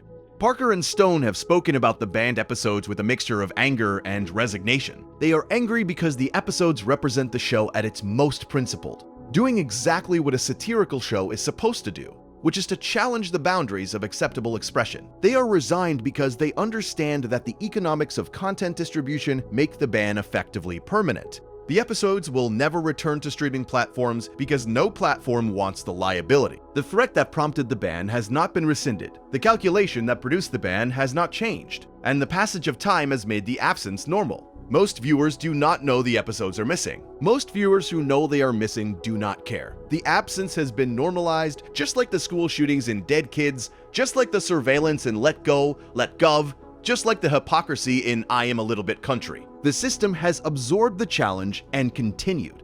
This is the final and most complete expression of the show's argument about the American government. The government does not censor. The government does not need to censor. The government has built a system in which censorship happens organically through the interaction of fear, economics, and corporate self-interest. The system does not silence dissent by punishing the dissenter. It silences dissent by making dissent unprofitable. And unprofitable speech in a market economy is effectively non-existent speech. You can say whatever you want, but if no platform will carry it, and no network will broadcast it, and no streaming service will host it, then your freedom of speech is a technical truth that has no practical application.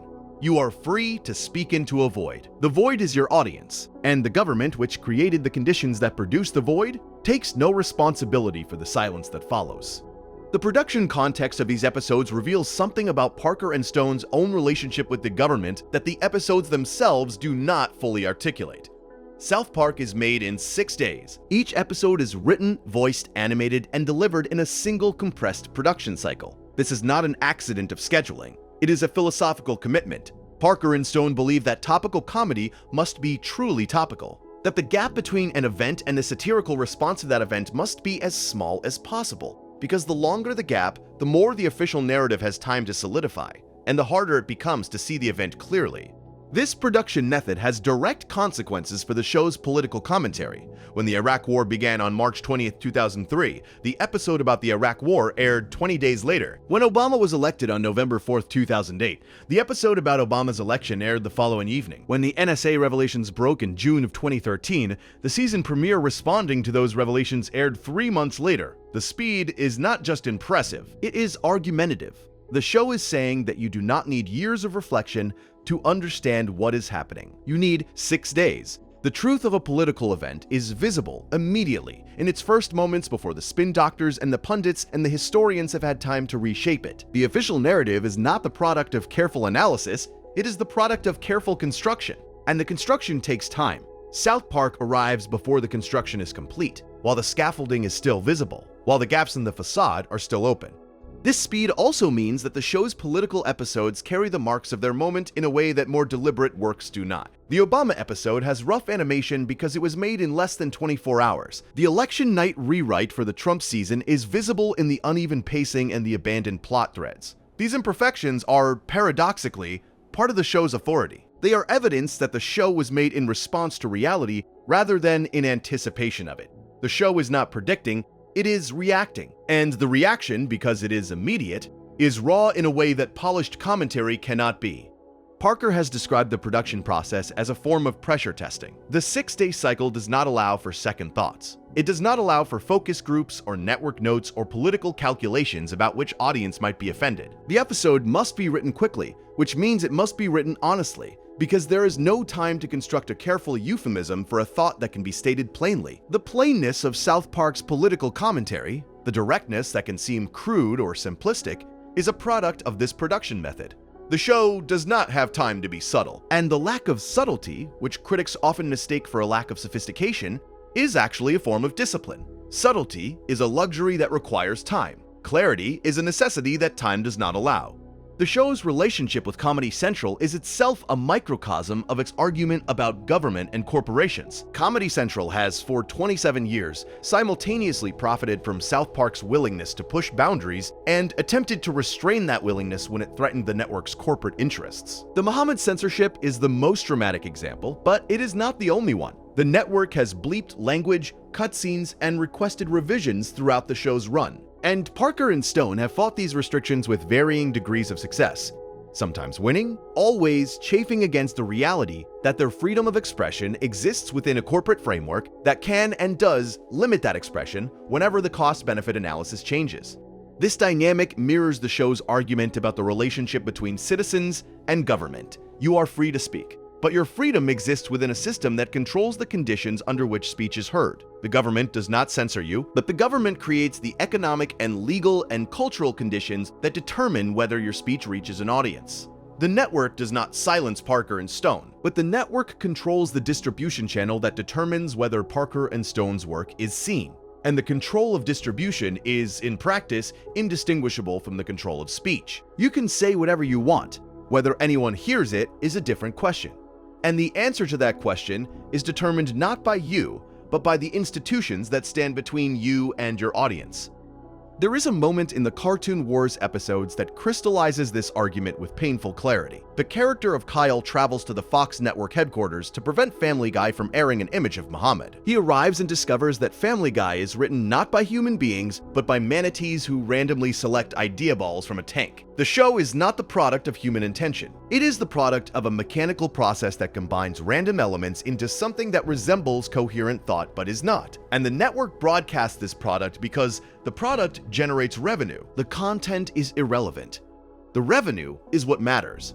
Kyle's attempt to protect Family Guy's right to air Muhammad is, in this context, an attempt to defend a principle within a system that has no principles. The network does not care about free speech. The network cares about money. If airing Muhammad generates more revenue than it costs in lost advertisers and security expenses, the network will air Muhammad. If not, it will not. The decision is mathematical, not moral. And Kyle's appeal to principle is as futile as Stan's appeal to honesty in the voting booth. The system does not respond to principles. It responds to incentives. And the incentives are controlled by the institutions that own the system. The fact that South Park has survived for 27 years within this system is not evidence that the system works. It is evidence that the system is flexible enough to accommodate dissent as long as the dissent is profitable. South Park is profitable. It generates revenue through advertising, syndication, streaming deals, and merchandise. The revenue justifies the risk. The risk is the show's willingness to say things that other shows will not say. And so the system tolerates the show, not because the system values free speech, but because the system has calculated that the profit from the show's free speech exceeds the cost of that free speech. If the calculation changed, the show would change. The Muhammad episodes are proof of this. When the cost exceeded the profit, the episodes were removed. The principle did not change. The math changed. And the math, not the principle, determined the outcome. There is a thread that runs through all 10 of these episodes that has nothing to do with policy or politics or the mechanics of government. The thread is about children. Every one of these episodes is set in a world where children are forced to navigate systems that adults have created and that adults refuse to fix. Stan is forced to vote, the boys are forced to research the Founding Fathers, Kyle is forced to reckon with September 11, Bahir is forced to endure Cartman's profiling. The boys are forced to witness normalized shootings. The children in the vaccination special are forced to navigate a healthcare system that was built for adults. And in every case, the children's experience reveals the absurdity of the system more clearly than any adult's experience could, because the children have not yet learned to accept the absurdity as normal. This is South Park's most powerful, formal device. The show uses children to defamiliarize the familiar. Adults accept that elections are a choice between bad options. Children find this absurd. Adults accept that wars are accompanied by protests that change nothing. Children find this absurd. Adults accept that the government watches them. Children either find this terrifying or, in Butter's case, comforting in a way that exposes the psychological damage of living under surveillance. Adults accept that school shootings happen. Children, who are being shot, have adapted to the shootings more completely than the adults, because children are better at adapting to things they cannot control. The show's use of child protagonists is often attributed to the comedy of incongruity. Children saying adult things is funny. Children encountering adult situations is funny. The gap between childhood innocence and adult corruption is a reliable source of humor. And this is true. The show is funny because of that gap, but the gap also serves a diagnostic function.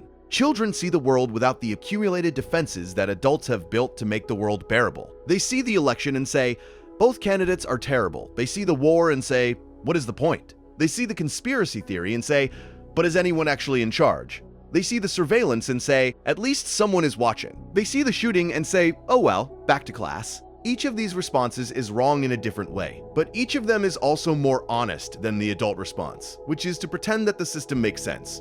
Stan in particular carries the weight of the show's political disillusionment. He is the character who is most frequently forced to engage with systems he did not create and cannot change. He is the one who refuses to vote. He is the one who solves the urinal mystery by admitting the truth. He is the one who, across 27 seasons, repeatedly encounters the machinery of American public life, and repeatedly concludes that the machinery is not working. And his response, which is not rage or rebellion, but weary acceptance, is the show's most consistent emotional register when dealing with government.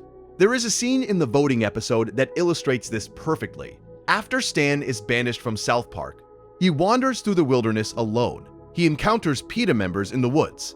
They live in a commune. They have rejected society. They have built their own world, outside the system, free from its contradictions and its compromises. And the commune is terrible. The PETA members are degenerates. Their alternative to society is worse than society. And Stan, seeing this, returns to town. He returns not because the system convinced him, but because the alternative is even less functional. He is not choosing the lesser evil. He is recognizing that there is no exit. The system is the world. The world is the system. And the only choices available are participation in a broken system or withdrawal into something worse.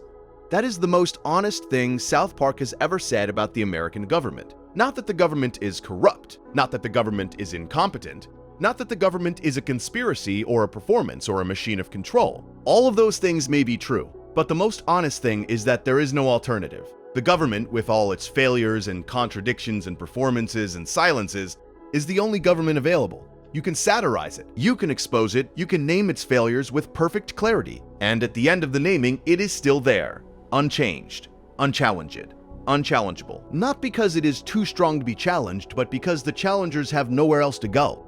This is the condition that produces the show's particular brand of cynicism. It is not nihilism. Parker and Stone are not saying that nothing matters. They are saying that the things that matter are trapped inside a system that is designed to prevent them from mattering. The vote matters, but the election is a performance. The protest matters, but the war continues. The outrage matters, but the shooting is normal. The speech matters, but the fear is more powerful. Everything matters, and nothing changes. And the gap between those two facts is where the show lives, permanently, uncomfortably, without resolution. There is something else that connects these 10 episodes, something that is visible only when you step back far enough to see the entire arc. The show's relationship with the government changes over time. In the early episodes, the show is confident. It knows what it thinks, it states its position clearly. Voting is a performance. War protests are a feature. Conspiracy theories serve the state. The diagnoses are sharp, clean, and delivered with the certainty of a show that believes its own analysis. But as the years pass, the confidence erodes. The Obama episode is more uncertain than the Bush episodes. The surveillance episode is more ambiguous than the Iraq War episode. The Garrison as Trump arc is openly confused, the show struggling to find a satirical angle on a president who defies satire. And the Dead Kids episode is barely satire at all. It is a depiction. It is the show pointing at something and saying, "This is happening, and I do not know what to do about it." The journey from douche and turd to Dead Kids is a journey from diagnosis to helplessness. The show starts by naming the disease. It ends by admitting that naming the disease is not a cure. And yet the show continues. It has continued for 27 years. It has aired over 300 episodes. It has survived controversies, cancellation threats, cultural shifts, political upheavals, and the death of satire itself. It continues because it serves a function that no other show serves, which is to say, the thing that everyone is thinking and nobody is saying. The function is not to change anything. The function is to name. And the naming, even without change, even without solutions, even without hope, has value. It has value because living in a system that you understand is different from living in a system that you do not understand. The understanding does not set you free, but it gives you something. It gives you the words. It gives you the language to describe the trap you are in. And having the language, even when the trap remains, is the difference between being confused and being clear. South Park offers clarity. That is all it has ever offered, and that is enough. There is one more thing to consider about the show's relationship with the government, and it is perhaps the most personal. Parker and Stone are not academics. They are not political scientists. They are not journalists. They are two men from Colorado who make a cartoon. They did not set out to produce a 27-year critique of American governance. They set out to make people laugh, and the critique emerged organically from the comedy because the comedy required honesty, and honesty about America requires confronting the government, and confronting the government reveals the contradictions that the government spends enormous resources concealing. The critique is a byproduct of the comedy, but the byproduct has outlasted most deliberate political commentary produced during the same period. Think pieces from 2004 about the Bush administration are forgotten. Op-eds about the Iraq War are archived and unread. Policy papers about NSA surveillance gather dust in digital libraries. But the image of Stan Marsh standing in a voting booth choosing between a giant douche and a turd sandwich endures. It endures because it is simple. It endures because it is true. And it endures because it was delivered not as an argument but as a joke. And jokes live longer than arguments because jokes do not require you to agree with them. They only require you to laugh. And the laughter, once it arrives, carries the argument with it, past every defense that the rational mind would normally erect against uncomfortable truths. The show has also functioned, across these 27 years, as a kind of emotional record of the American public's relationship with its own government. The confidence of the early episodes mirrors the post-September 11 certainty that the system, however flawed, was fundamentally sound. The ambivalence of the middle episodes mirrors the Obama era's mixture of hope and disillusionment. The confusion of the Trump episodes mirrors the national inability to process what was happening. And the bleak resignation of the later episodes mirrors the current moment, in which the failures of the system have become so numerous and so visible that denial is no longer an option, but action still seems impossible. The show has not just commented on the national mood, it has embodied it. It has felt what the country was feeling in real time and translated that feeling into animation. And the animation, because it is crude, because it is simple, because it moves like a child's drawing come to life, communicates the feeling with a directness that more sophisticated art cannot achieve. The crudeness is the point. The simplicity is the point. The feeling arrives without the mediation of technique. It is raw and immediate and impossible to ignore. South Park's 27-year war with the American government ends as it began in a voting booth. Not literally. There is no voting booth in the final episodes, but the structure is the same. A citizen stands before a system. The system offers choices that are not real choices. The citizen recognizes this. The citizen participates anyway, and the participation changes nothing except the citizen, who is now someone who has participated in a system they know to be broken, which is a different kind of person than someone who has not yet recognized the breakage. The show suggests, across all of these episodes, across all of these years, that this is the American condition. Not freedom, not tyranny, not democracy, not autocracy. Something more specific and more difficult to name. A state of permanent awareness without power. A state of perfect clarity without agency. You see what is happening. You name what is happening. You cannot stop what is happening. And the naming, which should be the beginning of resistance, turns out to be the end of it. You have said the thing. The thing has been heard. And nothing has changed, and you will say it again next week. And nothing will change next week either. And the show will be there next week, saying it with you, in a small town in Colorado, with 4 children who are never going to grow up, in a country that is never going to change, on a network that censored them once and will censor them again, in a world where the freedom to speak and the power to act have been separated so completely that they might as well be 2 different freedoms belonging to 2 different countries, existing in 2 different realities. The picture that remains, when all the episodes have been watched and all the arguments have been traced, is not a picture of a government. It is a picture of a gap. The gap between what America says it is and what America does. The gap between the promise of democracy and the performance of democracy. The gap between free speech and consequence-free speech. The gap between the election and the outcome. Between the protest and the policy. Between the outrage and the change. South Park has spent 27 years standing in that gap, pointing at both sides, describing what it sees. The show has not closed the gap. No show can close the gap.